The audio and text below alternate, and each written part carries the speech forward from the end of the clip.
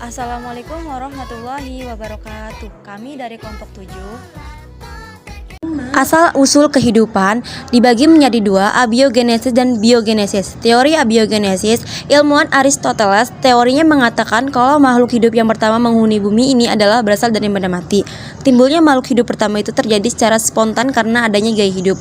Oleh karena itu, paham abiogenesis disebut juga paham generatio spontanea. Paham ini bertahan cukup lama, yaitu semenjak zaman Yunani kuno ratusan tahun sebelum Masehi hingga pertengahan abad 17. Teori biogenesis, Francisco Redi, Italia 1626 sampai 1697. Redi menentang teori abiogenesis dengan mengadakan percobaan menggunakan toples dan daging. Toples pertama diisi daging yang ditutup rapat-rapat. Toples kedua diisi daging dan ditutup kain kasa. Toples ketiga diisi daging dan dibuka. Ketika toples ini dibiarkan beberapa hari, dari hasil percobaan ini ia mengambil kesimpulan sebagai berikut. Larva atau kehidupan bukan berasal dari daging yang membusuk, tetapi berasal dari lalat yang dapat masuk ke dalam tabung dan bertelur pada keratin daging.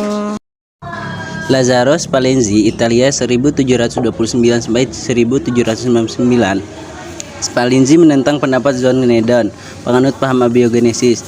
Menurutnya, kehidupan yang terjadi pada air kaldu disebabkan oleh pemanasan yang tidak sempurna. Kesimpulan percobaan Spallanzani adalah pada tabung terbuka terdapat kehidupan berasal dari udara. Pada tabung tertutup tidak terdapat kehidupan. Hal ini membuktikan bahwa kehidupan bukan dari air kaldu.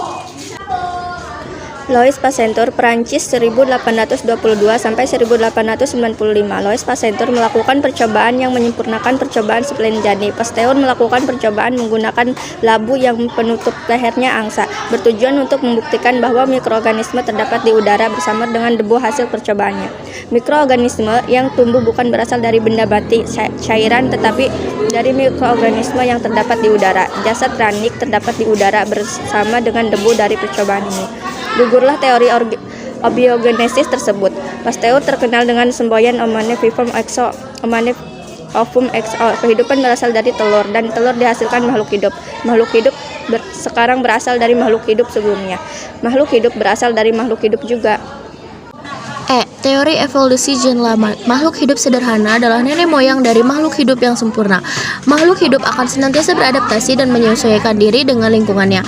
Organ yang mengalami perubahan karena terus-menerus dipakai dan berkembang makin sempurna, sedangkan organ yang tidak diperlukan lagi perkembangannya akan menurun dan akhirnya rudimentary use and use. Evolusi organik terjadi karena perubahan-perubahan yang disebabkan oleh pengaruh lingkungan dan dapat diturunkan. Teori evolusi Charles Darwin. Charles Robert Darwin, yang biasa dikenal sebagai Bapak Evolusi. Darwin menilai bahwa evolusi terjadi melalui proses seleksi alam.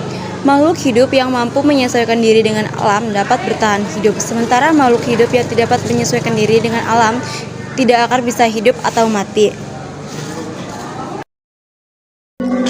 Pokok-pokok teori Darwin. 1. Spesies yang hidup sekarang berasal dari spesies-spesies yang hidup di masa silam. 2. Evolusi terjadi melalui seleksi alam.